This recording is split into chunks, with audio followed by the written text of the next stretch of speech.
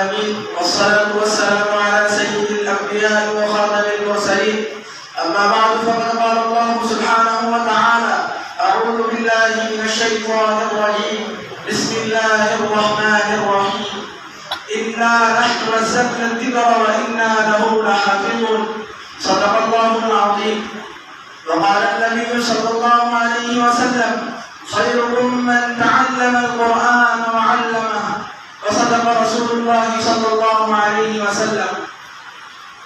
مسلمانوں نہ گھبراؤ، خدا کی شان باقی ہے. مسلمانوں نہ گھبراؤ، خدا کی شان باقی ہے. ابھی اسلام زندہ ہے، ابھی قرآن باقی ہے.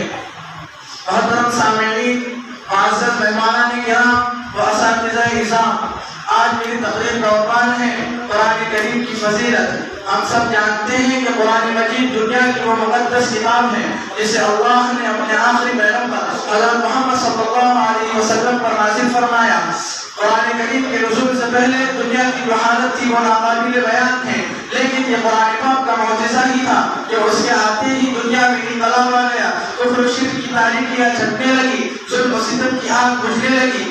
قرآن پاک وہ مقدس کتاب ہے جس کی فضیلت کا حق میں اور آپ ادا تو نہیں کر سکتے، لیکن آج میں آپ حضرات کے سامنے قرآن مجید کے حوالے سے 3 باتیں رکھنا چاہتا ہوں.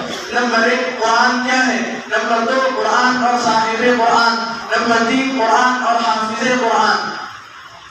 قرآن کیا ہے؟ قرآن ایک دستور حیات ہے، زندگی سنوارنے کا سامان ہے، ہدایت کا نور ہے، حق کا منشور ہے. قرآن کیا گیا عالم میں انقلاب آ گیا. قرآن نے شہر بدل دیے، منزل بدل ڈالی، معیشت بدل ڈالی، معاشرت کو ایک نیا رخ دیا، سماج کو پاکیزگی سکھائی، زمانے سے خرابیوں کو پاک کیا، انسانی ذہنیت کی تربیت کی.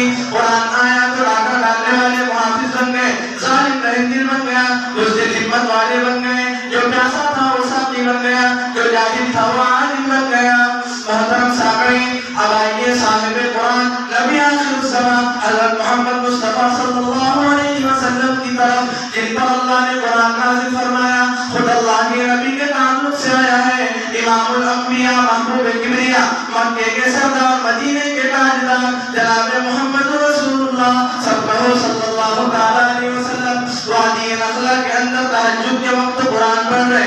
جنات کا قافلہ گزرا، جناتوں کے کانوں میں حلاوت بھری آواز، شیرینی والی آواز، کالی کملی والے جناب محمد رسول اللہ صلی اللہ علیہ وسلم کی حلاوت بھری آواز ان کے کانوں میں پڑی. قافلہ وہیں رک گیا.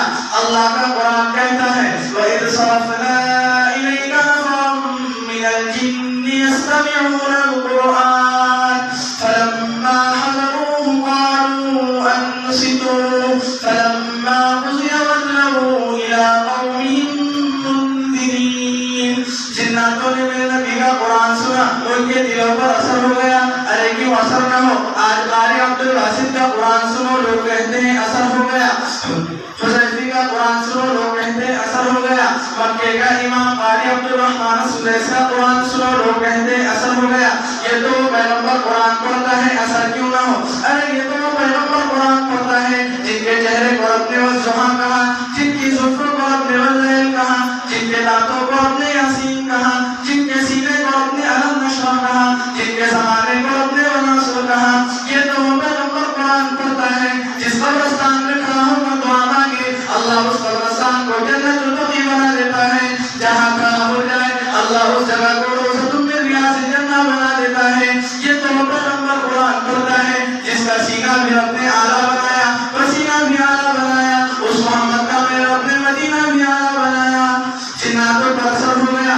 ایک جن کہنے لگا: ما احسن ھذا الکلام، یہ کتنا خوبصورت کلام ہے. دوسرا جن کہنے لگا: ما احسن ھذا القاری، پڑھنے والا بھی دیکھ، اس کا پڑھنے والا کتنا خوبصورت ہے. کبھی تو خوبصورتی کے بغیر تھے. ام المؤمنین عائشہ صدیقہ طیبہ طاہرہ رضی اللہ تعالیٰ عنہا فرماتی ہے: جب میرا شوہر، میرا گوہر، میرا جوہر کالی پگڑی باندھ کر اونٹنی پر سوار ہو کر پہاڑوں کے درمیان سے گزرتا، ایسا معلوم ہوتا جیسے چودھویں کا چاند گزر رہا ہے.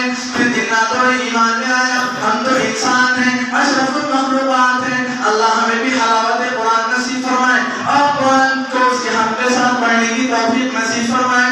اور حضرت محمد صلی اللہ علیہ وسلم کی سیرت سے محبت نصیب فرمائے۔ قرآن اور صاحب قرآن سے متعلق کہہ کر حافظ قرآن جس کی فضیلت کے بارے میں آتا ہے، حافظ قرآن کا تو بہت اونچا مقام ہے، اس کے ماں باپ کے سر پر نورانی تاج سجایا جاتا ہے۔ انجینئر مر گیا، انجینئر ختم ہو گئی، بادشاہ مر گیا، بادشاہت ختم ہو گئی، وزیر مر گیا، وزارت ختم ہو گئی، حافظ قرآن مر جائے گا، کل قبر سے اٹھایا جائے گا، اس کے ماں باپ کو بھی بلایا جائے گا، اس کے ماں باپ کے سر پر نورانی تاج پہنایا جائے گا۔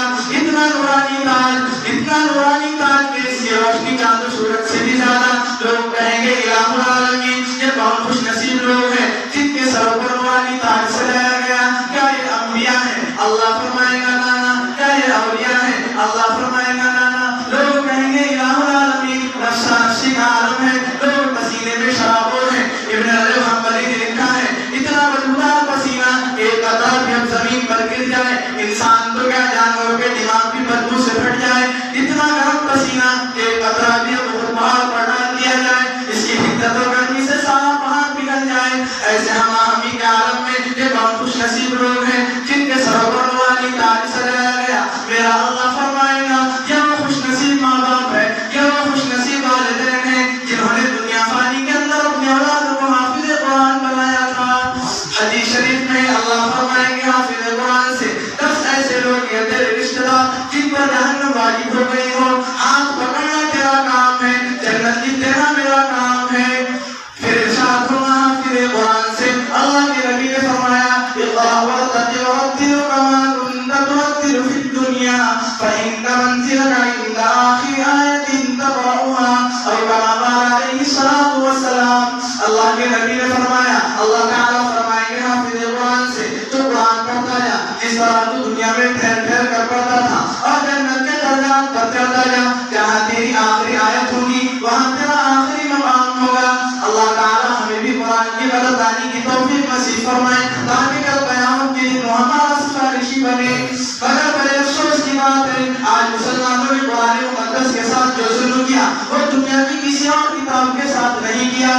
جو قرآن تیرے مومن کے لیے نور بن کر آیا تھا اسے ہم نے جستان کی زینت بنا دیا۔